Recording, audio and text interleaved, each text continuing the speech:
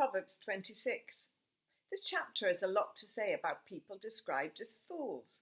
And before we dismiss that as old-fashioned language, even insulting or offensive language, let's take a personal reality check. Do I always act and react with wisdom? Do I always make my decisions based on wise counsel and knowledge? Are my words, as we touched on yesterday, always the words of a wise person? Or are there times when my actions and reactions veer more towards being foolish? Do I speak first and think afterwards? And I can certainly say there is so much more that I can learn, so many more ways the beautiful Holy Spirit can change me from the inside out. Right back in chapter 1 of Proverbs, if we can remember back that far, we were encouraged to let wisdom speak to us. And it's true to say that only those who want to be wise have the receptive attitude needed to make the most of the Proverbs. If we want to learn from God, He will respond and pour out His heart to us.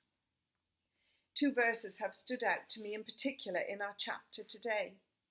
The first is verse 11. Fools are famous for repeating their errors like dogs are known to return to their vomit.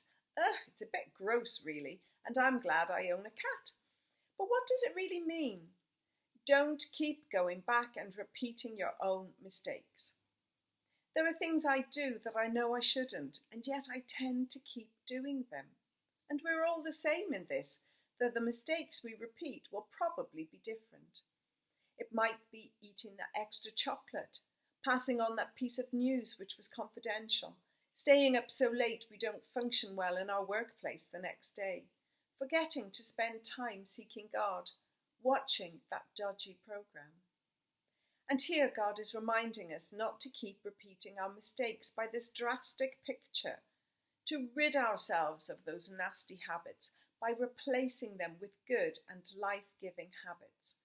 And I'm grateful that God doesn't leave us as we are, but the Holy Spirit is constantly calling us into a deeper relationship with Him, so that we can more and more live lives which will glorify the Father and become more like Jesus.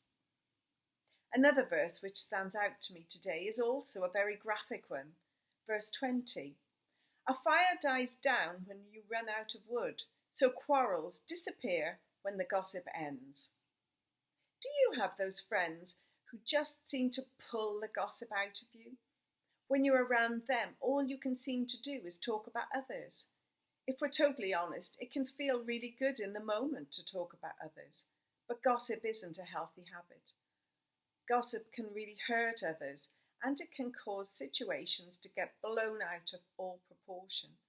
It's so destructive that today's Bible verse compares it to wood in a fire. So if you find it easy to gossip, decide today to make the changes necessary to stop the habit.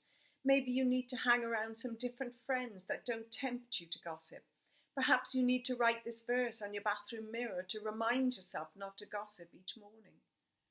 Finally, ask God to show you any adjustments you can make to stop the habit of gossip and begin speaking well about others. Choose to believe the best in others and speak words of life over them today. Have a great day.